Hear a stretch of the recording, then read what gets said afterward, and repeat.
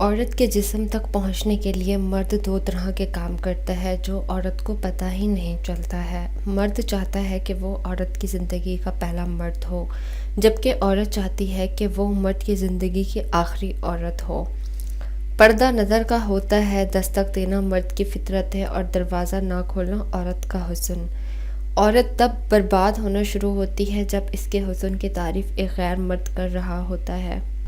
مرد کو عورت کا حسن نہیں، اس کا جذبہ متاثر کرتا ہے۔ انسان اتنا مضبوط ہے کہ پہاڑوں کا سینہ چیر کر رکھ دے، اور کمزور اتنا ہے کہ لہجوں اور لفظوں سے ٹوٹ جاتا ہے۔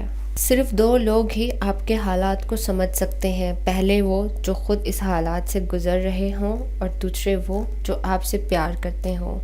کسی بھی شخص کو اتنا اختیار کبھی مت دیں کہ وہ صرف اپنے الفاظ سے آپ کا سکون چھین لے۔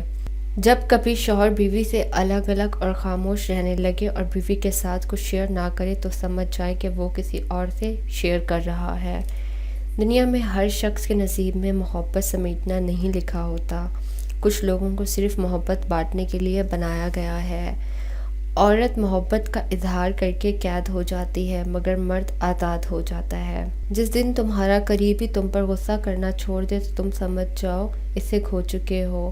کون کہتے ہیں کہ مرد بدل جاتے ہیں؟ مرد بھی نہیں بدلتے، انہیں شادی سے پہلے بھی شادی کا شوق ہوتا ہے اور شادی کے بعد بھی شادی کا شوق ہوتا ہے۔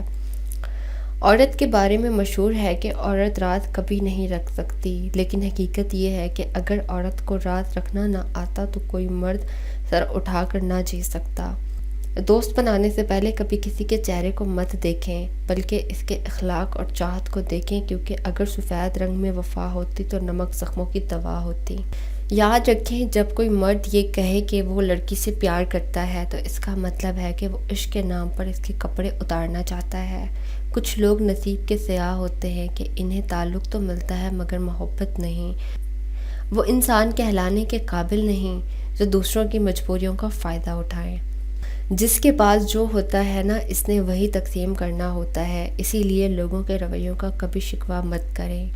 ضروری نہیں کہ سب کی جھولیاں پیار، محبت، خلوص، اپنائیت اور بے غرضی جیسے موتیوں سے بھری ہوئی ہو۔ اس لیے جو بھی ملے، جہاں سے بھی ملے، رکھ لو۔ سمجھ لو کہ وہاں دینے والے کے پاس دینے کے لیے اپنے ضرف سے اس سے بہتر کچھ نہیں تھا۔ اگر التجائیں رد ہوتی تو اللہ کبھی یہ نہ فرماتا کہ مجھ سے مانگو میں دوں گا۔ عورت کے جسم تک پہنچنے کے لیے مرد دو کام کرتا ہے جو کہ عورت کو نہیں پتہ لگتے۔ پہلا کام ہمدردی دکھانا، دوسرا کام عورت کو یقین دلانا کہ وہ خوبصورت ہے۔